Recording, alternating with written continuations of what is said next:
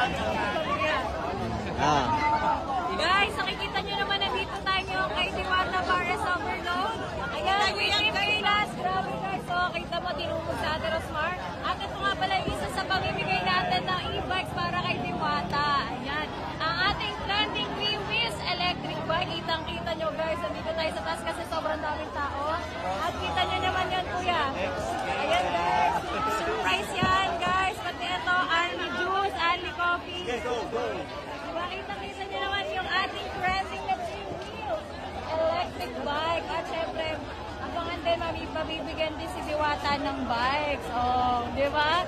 Kaya guys, nako, matitikman natin yan mamaya. Babalitaan ko kayo kung anong lasa ng ating Diwata Pares Overload. Bye! Ate, oh, daming tao guys.